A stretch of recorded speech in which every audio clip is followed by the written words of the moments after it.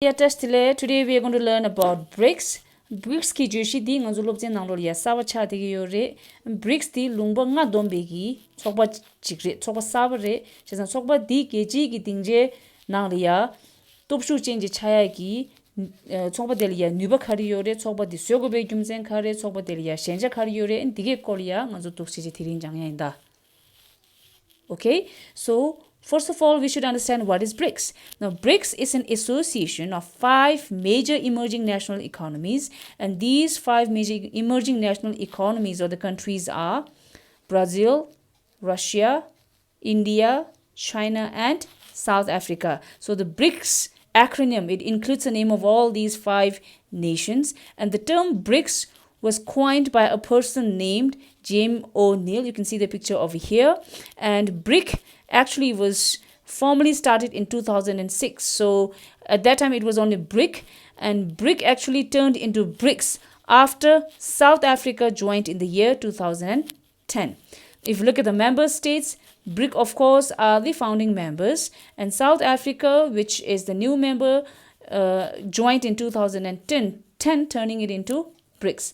If you look at the reasons or the objectives for the formation of BRICS, the first one we have is to act as an alternative to World Bank. Now, the global or the World Economic Order, such as WTO and the IMF, these are dominated by the Western countries and, of course, work under the influence of United States. Thus, one of the major reasons for the formation of BRICS, of course, was to challenge and break this monopoly of Western control over the global economic order. So in order to do this, BRICS contingent reserve arrangement and new development bank were formed in the year 2015. Now the aim of CRA is to provide protection against global liquidity pressures, or you can say to protect against currency crisis, okay, faced by the BRICS nations as well as the other developing nations. And the National Development Bank supports public and private projects through loans, guarantees, equity participation, and other financial instruments. So they give this fund, they give this funding to both the BRICS nations as well as the other developing nations. And second is to promote legitimate international system. BRIC also works towards promotion of a more legitimate international system. Here we are talking about bringing reform in the United Nations Security General. The next we have is the South-South cooperation of BRICS nations. They extensively promote and apply the South-South cooperation. Okay, now what is South-South cooperation? Now this South-South cooperation, this is a term which describes the exchange of resources, exchange of technology, and of course knowledge between the developing nations. All right, so by applying and by promoting the South-South cooperation by the BRICS nations, they are making increasingly significant contributions to the global development. So under this, aside from economic and financial cooperation, BRICS members, they also work closely on issues such as climate change, food and energy security, health, labor, disaster management, information and communication technology. The BRICS also provides an information sharing and exchange platform that expands beyond economic cooperation. It also involves educational, cultural, and environmental engagement. Now let's talk about the strength or the importance of BRICS. First, let's look at the population. As per 2015, 41% of the world's population is of BRICS nations combined. That is almost half of the world's population. All right, and if you look at the area and resources, now BRICS countries combined have 23.2% of world's area. That is almost 1/4 of the world's landmass, and they are very rich in resources. Also, in terms of resources, Brazil's resources include massive amounts of oil along with large supplies of agricultural products.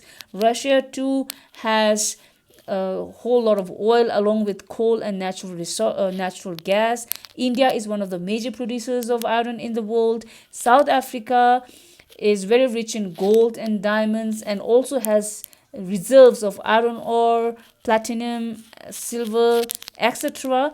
And China has the world's largest potential for hydropower. So these countries being very rich in natural resources and having a large size makes it a very important very important organization. Then we have got the GDP as of 2018. The combined GDP of BRICS nation was over 16 trillion US dollars. That is 20% of world's GDP, almost 1/5 of the world's GDP.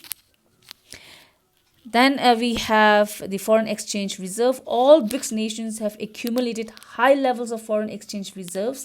As of 2018, the BRICS nations combined has US $3.36 trillion foreign reserve. And of course, this will allow the governments to boost public spending in order to support the economy.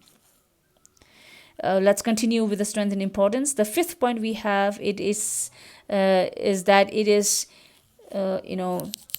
estimated or it is predicted that BRICS will become one of the world's largest economies by 2030. And if you look at the picture over here, these are the nations with the number. For example, China's economy by 2030 will be 64.2, followed by India, USA, Indonesia. You can see everything. So if you look at this picture, we see that 4 of the BRICS nations are in the top list. All right, and it's also expected that BRICS economic scale will be as same as G7 by 27, and it'll even surpass G7 by 2050. And finally, from the political and diplomatic point of view, we know that 2 of its members, that is Russia and China, these are the permanent members of United Nations Security Council, which even makes this organization more important. Now, if you look at the challenges of BRICS nations, China's dominance poses a huge threat to BRICS, because the Chinese economy is now not only the second largest in the world, but also is even larger than the economies of all the other BRICS nations together. So therefore, the dominance of China's economy and its role in trade relation makes the BRICS much more of China partnership or China partners group than a union of equal members. And on top of that, China's political aspiration also creates a huge challenge that has made it difficult for the other nations to make or to come to a consensus, and therefore the dominance of China in BRICS is a huge problem. Now, second one we have is the Indo-China conflict. Both India and China play a huge role in BRICS because these are the leading members of BRICS. However, the conflict between these 2 nations in terms of border issue, Sino-Pakistan relationship, and India's suspicion over China's One Belt, One Road poses a great threat to this group. Now, this One Belt, One Road is a policy whereby China aimed to economically link Europe to China. And for this, they plan to restore the ancient Silk Road, and they've already built roads joining Nepal and Pakistan. Now, India not only wants China's Belt and Road Initiative and BRICS on a separate tracks, but also is very suspicious of this policy.